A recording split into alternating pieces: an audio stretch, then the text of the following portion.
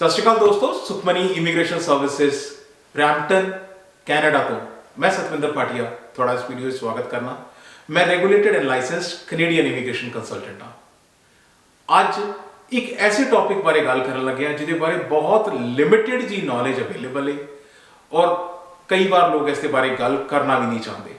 मेरे को बहुत सारिया रिक्वेस्ट आईयां ने इसके बारे सो अज उस टॉपिक के बारे गल करना चाहते हैं और 2023 ये टॉपिक होर भी इंपॉर्टेंट हो गया है क्योंकि इसका टारगेट काफ़ी वड्डा गवर्नमेंट ने रखा हुआ है। टॉपिक है रिफ्यूजी। जी हाँ, रिफ्यूजी बारे गल करांगे। असाइलम सीकर रिफ्यूजी किस तरह तुसी कैनेडा दे विच असाइलम लै सकते हो उहदे बारे गल करांगे।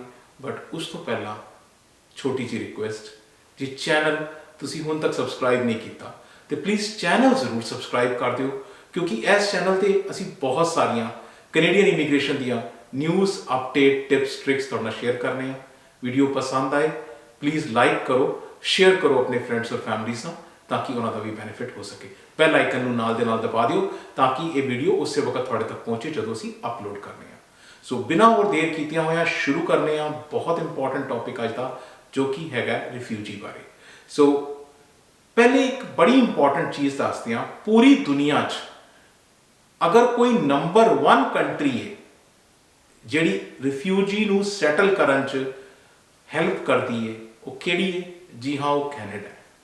कैनेडा नंबर 1 कंट्री है पूरे वर्ल्ड दे विच। डाटा ते गल कर रहे हैं, नंबर 1 कंट्री है पूरे वर्ल्ड दे विच जिहड़ी रिफ्यूजीज नूं सैटल करन च मदद करती है। तो तुसी आप ही सोच सकते हो कि कोई होर कंट्री इहदे आले दुआले भी स्टैंड नहीं करती। सो इन्नी मदद कैनेडा करता है रिफ्यूजीज वास्ते। और हुण सवाल आंदा है कि रिफ्यूजी लगाना चाहिए कि नहीं लगाना चाहिए। रिफ्यूजी क्लेम लगाना सानू चाहिए कि नहीं चाहिए? असाइलम सीकर बनना चाहिए कि नहीं चाहिए? खासकर 2023 दे विच जदों की कोटा होर वध गया है। एक बड़ा इंपॉर्टेंट सवाल है। सो जानना सब तो पहला कि लोग रिफ्यूजी क्लेम के बारे पिछे भजदे क्यों ने, क्यों दौड़ते ने रिफ्यूजी क्लेम लाने वास्ते, क्यों उन्होंने लगता है कि रिफ्यूजी क्लेम ला दीए, कनेडा पहुंच जाओ रिफ्यूजी क्लेम ला दो। सो ये बारे गल करांगे। बड़ा इंपॉर्टेंट सवाल है, लोगों को रिफ्यूजी क्लेम क्यों लगाना है कैनेडा दे विच। सब तो पहली चीज़, आइल्स नहीं देना ही नहीं। अज कल परसों चौथ कदी नहीं देना तुसी आइल्स। जे तुसी रिफ्यूजी लाना है आइल्स देने की लोड़ ही कोई नहीं। थोड़ा आइल्स तो खड़ा छुट जाता है, पढ़ाई कोई लोड़ ही नहीं। तुसी ना पढ़ कुछ भी ना पढ़े हो तां भी काम चल जाएगा। तुसी 10वीं पास हो 12वीं पास हो तां भी काम चल जाएगा। डिग्री की तो गल ही छड्डो। थोड़े पल्ले पैसे है नहीं है कोई गल नहीं, कोई चिंता नहीं। सो आइल्स एजुकेशन फंड्स किसी चीज़ की कोई लोड़ नहीं। और सब तो वड्डी गल, जदों तुसी रिफ्यूजी क्लेम फाइल करते हो ऑलमोस्ट थानू इमीजिएटली की मिल जाता है? इमीजिएटली मिल जाता है ओपन वर्क परमिट। ओपन किसी भी इंप्लॉयर नाल काम कर सकते हो, ओपन वर्क परमिट मिल जाता है रिफ्यूजी क्लेम लांदियां सार। जे अप्रूव हो जाए तो की मिल जाता है? PR। तुसी खुद देखो ते जिहड़ी कॉस्ट है, कॉस्ट भी कोई बहुत ज़्यादा नहीं होंगी रिफ्यूजी फाइल करने की। लोग भज्जे फिरते हैं, सीधा मॉन्ट्रियल जाओ 10,000 वकील नूं दिओ, कंसल्टेंट नूं दिओ, ला दिओ रिफ्यूजी क्लेम। मच चीपर है, बहुत सस्ता है एज कंपेयर टू LMIA या जॉब ऑफर लभन दे। इस करके रिफ्यूजी के पिछे लोग भजदे ने। जिहड़ी वेटिंग टाइम है वो बहुत लंबा है। पहली हीयरिंग जिहड़ी है 2-2 साल तक हीयरिंग नहीं होंदी, 2 साल तक वारी नहीं आती। IRB दी रिफ्यूजी प्रोटैक्शन डिवीजन के अंदर RPD जिहड़ी जिन्होंने कहने आ, RPD के अंदर रिफ्यूजी प्रोटैक्शन डिवीजन 2-2 साल तक वारी नहीं आती। यानी कि 2 साल तक थोड़ी कोई सुनवाई नहीं है, तुसी 2 साल तक मजे नाल अपना वर्क परमिट लैके काम करी चलो।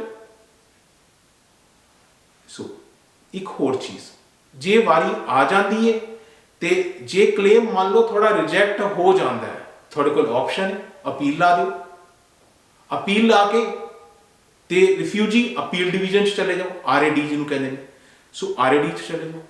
जे मान लो उत्थे भी रिजैक्ट हो गया तो फैडरल कोर्ट चले जाओ। यानी कि थोड़े को टाइम बहुत होता है इस चीज़ ਨੂੰ ले जाने का। सो एक यही गल नहीं हैगी, ये अलावा जो दुनिया की सपोर्ट गौरमेंट करती है, खासकर कैनेडियन गौरमेंट रिफ्यूजिया तो ओवर एंड अबव सपोर्ट होती है। बहुत सारी सपोर्ट गौरमेंट करती है, बड़े सारे फंडिंग प्रोग्राम्स हैं, हाउसिंग प्रोग्राम्स हैं, इनकम प्रोग्राम्स हैं, बहुत सारे प्रोग्राम्स हैं। सो हैल्थ केयर प्रोग्राम है, उन्होंने हैल्थ केयर की भी सारी सहूलत मिलती हैं। ये चीज़ां देखदिया होया, इन्ने बैनीफिट देखदिया होया लोगों के मन च लालच आ जाता है, ला दो रिफ्यूजी क्लेम, वो सच्चा है या झूठा है, बस ला दो, ये लालच है। हुण तुहानूं कारण समझ आ गया कि क्यों रिफ्यूजी लान पिछे लोग भजदे ने।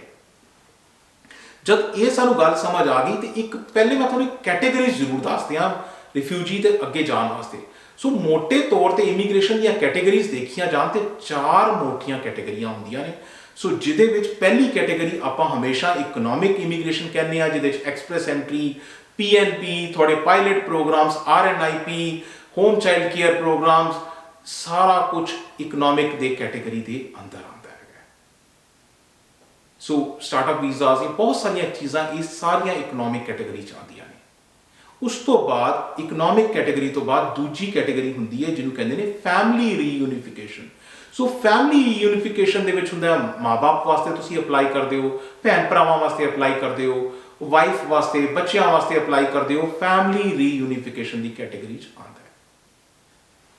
तीजी कैटेगरी जो कि जिहदे बारे अज असीं गल करन लगे हां वो है कि रिफ्यूजी कैटेगरी। ये भी ये तो भी थोड़ा PR मिल जाता है इमीग्रेशन के थ्रू। सो लास्ट कैटेगरी है, कभी मौका लगेगा तो मैं थोड़ा इसके उत्ते जरूर गल करांगा। इनू HNC कहते हैं शॉर्ट के विच, ह्यूमैनिटेरियन एंड कंपैशनेट ग्राउंड्स होंदियां ने, इहदे भी जरूर गल करांगे। लेकिन अज दा टॉपिक जो है वो रिफ्यूजी ते ही फोकस रहेगा। सो जे रिफ्यूजी की गल करिए तो हुण रिफ्यूजी कैनेडा च आंदे किस तरह ने, मोटे तौर पर देखा जाए तो 2 हिस्सों आप डिवाइड कर सकते हैं रिफ्यूजियां कि 2 हिस्सों आ जाते हैं कैनेडा दे विच। सो पहला जिहड़ा हुंदा है उन्होंने कहते हैं रीसैटलमेंट। रीसैटलमेंट की है? रीसैटलमेंट है जी तुसी किसी जगह पर रहिंदे हो, तुहानूं इत्थों कैनेडा लियाया जाता है।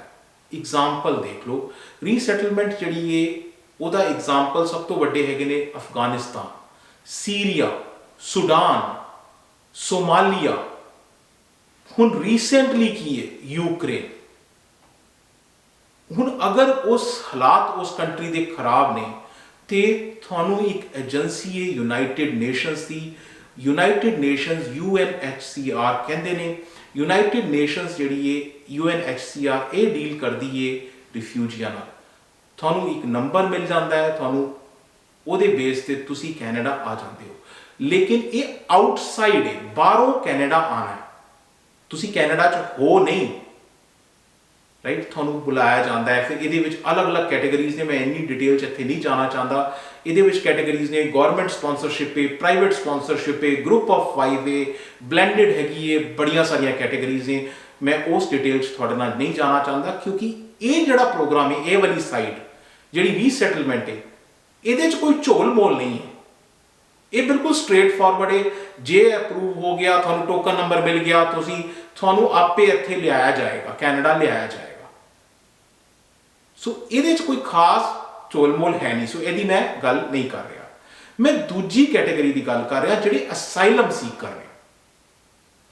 असाइलम सीकर जिहड़े ने वो कैनेडा च आंदे ने और 2 तरीके नाल ये पहुंचते हैं। एक तो जी पॉइंट ऑफ एंट्री ते पहुंच गए, किसी तरीके नाल भी पॉइंट ऑफ एंट्री ते पासपोर्ट वीज़ा लवा के इत्थे मैं विजिटर वीज़ा जिहड़े कैनेडा च जिन्हां लोगों कोल हैगे ने वो इसनूं बड़ा इस्तेमाल करते हैं। इस कैटेगरी में किसी तरीके नाल भी विजिटर वीज़ा झूठा सज्जा लवा के कैनेडा पहुंच जाओ तो इत्थे आके तुसी असाइलम फाइल कर दो। ये कैटेगरी है, इत्थे 2 हिस्सों च वंडी हुई है। एक तो जी जिथे उतरो एयरपोर्ट से, मोस्टली लोग एयरपोर्ट से उतरते हैं, सीपोर्ट भी हो सकता है, कोई होर एरिया भी हो सकता है, लेकिन एयरपोर्ट से लोग उतरते हैं, वो जिथे उतरते हैं उन्होंने पॉइंट ऑफ एंट्री कहते हैं, POE शॉर्टेज कहते हैं, पॉइंट ऑफ एंट्री।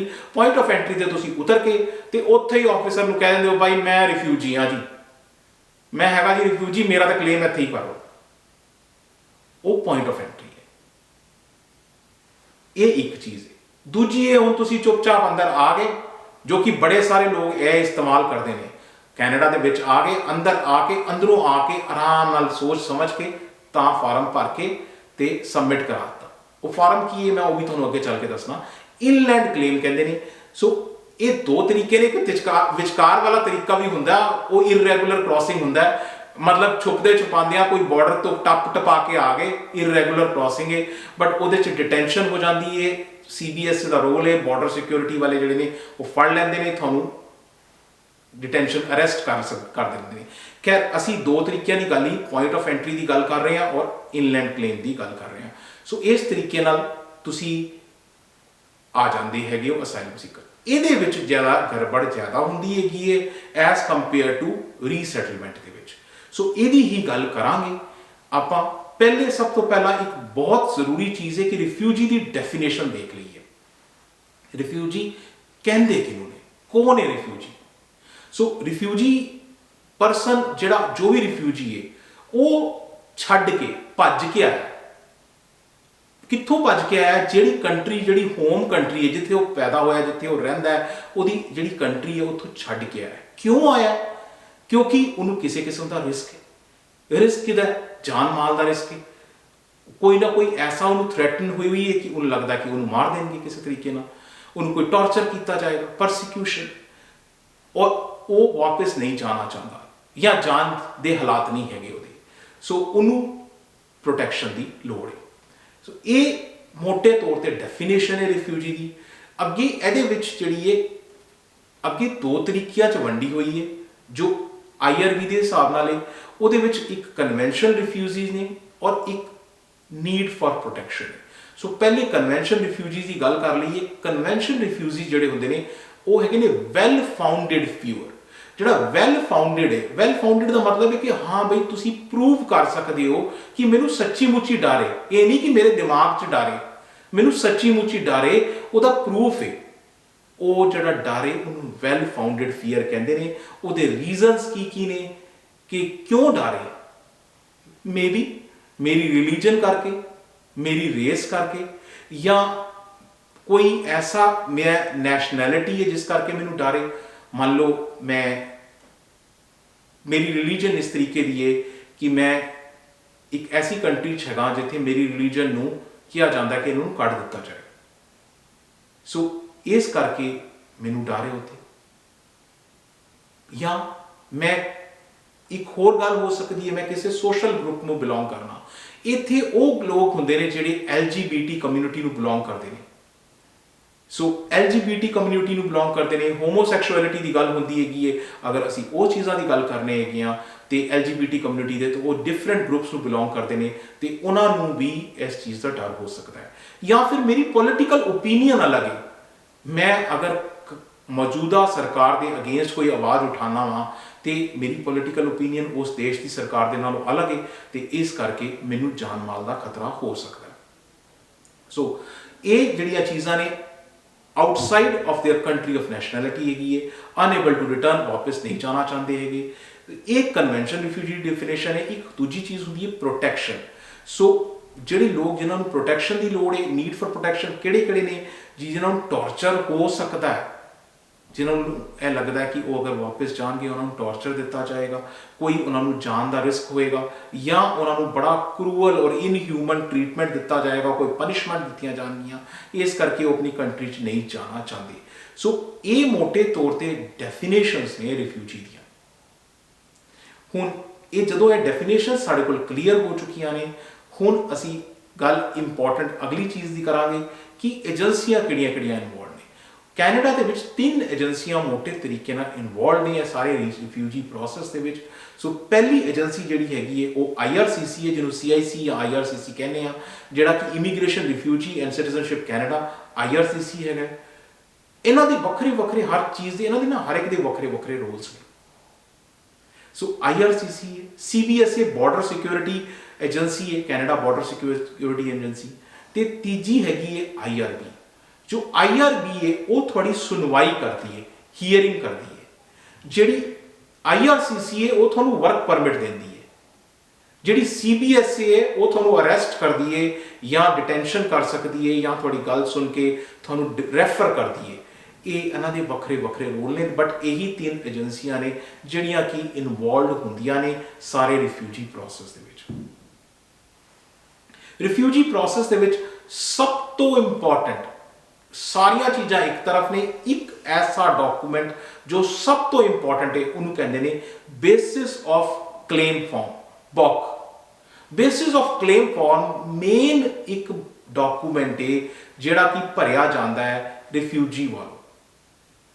ਉਹਦੇ ਵਿੱਚ ਇਹ ਲਿਖਿਆ ਹੁੰਦਾ ਹੈ कि मैं रिफ्यूजी क्यों फाइल कर रहा, मैं कौन हाँ, मेरे हालात की ने और मैं रिफ्यूजी क्यों फाइल कर रहा। ये मेन ਉਹਦੇ ਵਿੱਚ ਗੱਲਾਂ ਲਿਖੀਆਂ ਹੁੰਦੀਆਂ ਨੇ। ਇਹ ਜਿਹੜਾ ਹੈਗਾ ਤੁਸੀਂ ਪੁਆਇੰਟ ਆਫ ਐਂਟਰੀ ਤੇ ਵੀ ਭਰ ਕੇ ਦੇ ਸਕਦੇ ਹੋ, ਜਿਸ ਤਰ੍ਹਾਂ ਕਿ ਮੈਂ ਤੁਹਾਨੂੰ ਪਹਿਲੇ ਦੱਸਿਆ, ਤੇ ਅਰਾਈਵ ਕਰਨ ਤੋਂ ਬਾਅਦ ਵੀ ਕੈਨੇਡਾ 'ਚ ਭਰ ਕੇ ਦੇ ਸਕਦੇ ਹੋ। ਜਿਹੜੇ ਲੋਕ ਉਧਰੋਂ ਆ ਰਹੇ ਨੇ UNHRC ਤੋਂ, ਉਹਨਾਂ ਨੂੰ ਇਸ ਚੀਜ਼ ਦੀ ਲੋੜ ਨਹੀਂ, ਉਹਨਾਂ ਦੇ ਵਾਸਤੇ ਉਹ ਲੋਕ ਭਰ ਦੇਣਗੇ। तो इस करके ये जिहड़ा हैगा असाइलम सीकर जिहड़े हुंदे ने वो या तो पॉइंट ऑफ एंट्री ते भर सकते हैं या फिर इनलैंड आके कैनेडा दे विच अंदर भर सकते हैं। सो ये सारी तुसी अपनी कहानी लिखते हो, जिहड़ी कहानी है उही सारा मेन निचोड़ है। किन्नी अच्छी तुसी कहानी लिख सकते हो, किन्नी अच्छी डॉक्यूमेंटेशन तुहाडे कोल है। 3 चीज़ां हुंदियां ने, कहानी किन्नी अच्छी है, डॉक्यूमेंटेशन ਉਹਦਾ प्रूफ कितना अच्छा है, और तीजा ਤੁਹਾਡੇ ਨਾਲ ਤੁਹਾਡਾ लॉयर या कंसल्टेंट कौन खड़ा है। ये 3 मेन चीज़ां होंदियां ने। सो ये 3 चीज़ां सही होण ते बहुत अच्छा चांस है। सो क्यों तुसी ਜਿਹੜਾ ਕੈਨੇਡਾ ਦੇ ਵਿੱਚ ਪ੍ਰੋਟੈਕਸ਼ਨ ਲੈ ਰਹੇ ਹੋ, ਸੋ ਜਿਹੜਾ ਡਿਸੀਜਨ ਮੇਕਰ ਹੁੰਦਾ ਹੈ ਜਿਹਨੂੰ ਅਸੀਂ ਮੈਂਬਰ ਕਹਿੰਦੇ ਆ, ਟ੍ਰਿਬਿਊਨਲ ਹੁੰਦੀ ਹੈ, IRB ਇੱਕ ਟ੍ਰਿਬਿਊਨਲ ਹੈ। ਇਮੀਗ੍ਰੇਸ਼ਨ ਰਿਫਿਊਜੀ ਬੋਰਡ ਜਿਹੜਾ ਹੈਗਾ ਉਹ ਇੱਕ ਟ੍ਰਿਬਿਊਨਲ ਹੈ, ਸਭ ਤੋਂ ਵੱਡਾ ਕੈਨੇਡਾ ਦਾ ਟ੍ਰਿਬਿਊਨਲ ਹੈ। ਉਹਦੇ ਵਿੱਚ ਮੈਂਬਰ ਜਿਹੜੇ ਹੁੰਦੇ ਨੇ, ਜਿਹੜੇ ਡਿਸੀਜਨ ਲੈਂਦੇ ਨੇ, ਉਹਨਾਂ ਨੂੰ ਮੈਂਬਰ ਕਿਹਾ ਜਾਂਦਾ ਹੈ। ਉਹ ਮੈਂਬਰ ਜਿਹੜੇ ਨੇ ਉਹ ਤੁਹਾਡੀ ਇਸ ਚੀਜ਼ ਨੂੰ ਦੇਖਦੇ ਨੇ, ਉਹਦੇ ਬੇਸ ਤੇ ਆਪਣਾ ਡਿਸੀਜਨ ਦਿੰਦੇ ਨੇ, ਐਵੀਡੈਂਸ ਦੇਖਦੇ ਨੇ, ਤੁਹਾਡੀ ਟੈਸਟੀਮਨੀ ਨੂੰ ਦੇਖਦੇ ਨੇ, ਸਾਰੇ ਪ੍ਰੂਫਸ ਨੂੰ ਦੇਖ ਕੇ ਡਿਸੀਜਨ ਦਿੰਦੇ ਨੇ। ਸੋ ਇਸ ਕਰਕੇ ਇਹ ਸਭ ਤੋਂ ਇੰਪੋਰਟੈਂਟ ਡਾਕੂਮੈਂਟ ਹੈ ਬੇਸਿਸ ਆਫ ਕਲੇਮ ਫॉर्म। टॉपिक काफ़ी लंबा है, सो मैं बहुत सारिया चीज़ां ने ये मैं सारिया एट टाइम में नहीं कवर कर सकता, लेकिन मैं थोड़ा एक फाइनल वर्ड्स जरूर दसांगा। वो ये ने कि सवाल है कि रिफ्यूजी करना चाहिए कि नहीं करना चाहिए। ये आप शुरुआत से सवाल लेता सी। सो इसका आंसर इन्ना है कि इनू तुसी एक टिकट टू इमीग्रेशन ना इस्तेमाल करो। ये थोड़ा टिकट टू इमीग्रेशन नहीं है, ये शॉर्टकट नहीं होना चाहिए। इनू शॉर्टकट ना इस्तेमाल करो रूल्स नू कट शॉर्ट करने वास्ते, क्योंकि थानू पता है आसान लगता है, आइल्स नहीं है, एजुकेशन की कोई लोड़ नहीं है, चीज़ा करके थानू कट शॉर्ट ना करो, क्योंकि थोड़ा क्लेम ऑनेस्ट होना चाहिए। जे सच्ची मुची थानू लोड़ है, जे तुसी वाकई किसी चीज़ तो परेशान हो और किसी चीज़ तो बहुत ज़्यादा टॉर्चर या थ्रेट्स थानू मिल रहे हैं, थोड़ा लॉजिक बिल्कुल सही है। कई सारे ऐसे केसेस होंगे ने जिहदे जिवें कि लव मैरिजेस के केसेस ने, इंटर रिलीजन मैरिजेस के केसेस ने, इंटरकास्ट मैरिजेस के केसेस ने, या तुसी कोई इस तरह के आर्टिकल्स लिखे ने गवर्नमेंट से अगेंस्ट, तो गवर्नमेंट थोड़े अगेंस्ट है, पुलिस थोड़े अगेंस्ट है, तो ये वो केसेस है ने, थोड़ी गल समझ आती है। लेकिन अगर एवें ही तुसी एक क्लेम पा रहे हो तो वो ठीक नहीं है। सो अपना क्लेम ऑनेस्ट होना चाहिए और क्रेडिबिलिटी। इत्थे मैं एक गल जरूर कहांगा, मैं अपने वर्ड्स को छुपा के नहीं कहना चाहता, बड़े सच्चे तरीके नाल तुहानूं दसना चाहना कि वाकई बहुत सारे झूठे क्लेम्स पैंदे ने, और यही रीजन हुंदा है कि 10 चों समझो 9 क्लेम फेल होंदे ने, क्योंकि लोगों को आसान रस्ता लगता है। इस करके बहुत सारे झूठे क्लेम पाए जाते हैं, और क्रेडिबिलिटी सब तो बड़ा इशू है रिफ्यूजी दे विच।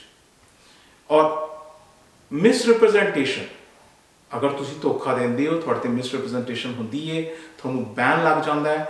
और ये केवल थोड़ी इस ਐਪਲੀਕੇਸ਼ਨ ਤੇ ਨਹੀਂ, ਆਉਣ ਵਾਲੀਆਂ ਸਾਰੀਆਂ ਚੀਜ਼ਾਂ ਦੇ ਵਿੱਚ ਵੀ ਇੰਪੈਕਟ ਕਰੇਗਾ।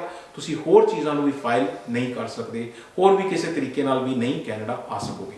ਸੋ ਇਹ ਮੇਰੇ ਫਾਈਨਲ ਵਰਡਸ ਨੇ ਤੁਹਾਡੇ ਵਾਸਤੇ। ਤੁਸੀਂ ਆਪਣਾ ਕੇਸ, ਆਪਣੀ ਚੀਜ਼ਾਂ ਡਿਸਕਸ ਕਰਨਾ ਚਾਹੁੰਦੇ ਹੋ, ਸਾਡੇ ਨਾਲ ਅਪਾਇੰਟਮੈਂਟ ਬਣਾ ਕੇ ਗੱਲ ਕਰ ਸਕਦੇ ਹੋ। ਸਾਡਾ ਆਫਿਸ ਬਰੈਂਪਟਨ 'ਚ, ਈਮੇਲ ਆਈਡੀ, ਫੋਨ ਨੰਬਰਸ ਸਭ ਕੁਝ ਇੱਥੇ ਤੁਹਾਡੇ ਨਾਲ ਸ਼ੇਅਰਡ ਹੈ। ਸੋ ਬਹੁਤ ਜ਼ਰੂਰੀ ਗੱਲ, ਜੇ ਚੈਨਲ ਤੁਸੀਂ ਹੁਣ ਤੱਕ ਸਬਸਕ੍ਰਾਈਬ ਨਹੀਂ ਕੀਤਾ ਤੇ ਪਲੀਜ਼ ਚੈਨਲ ਜ਼ਰੂਰ ਸਬਸਕ੍ਰਾਈਬ ਕਰ ਦਿਓ। And thank you very much for watching the video. Thanks.